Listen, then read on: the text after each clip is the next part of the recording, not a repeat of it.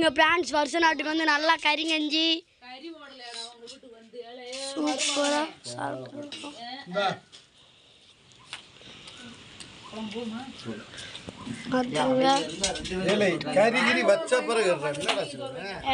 இருப்பா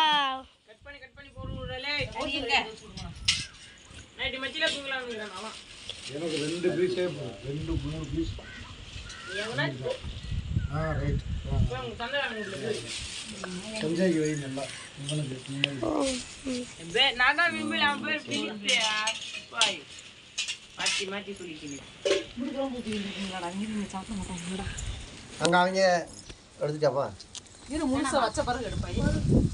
ஏமா டச் அப்பிங்ல இருந்து எடுக்கணும். என்னமா உனக்கு தெரிய போதா? அதானே. போட்டியா?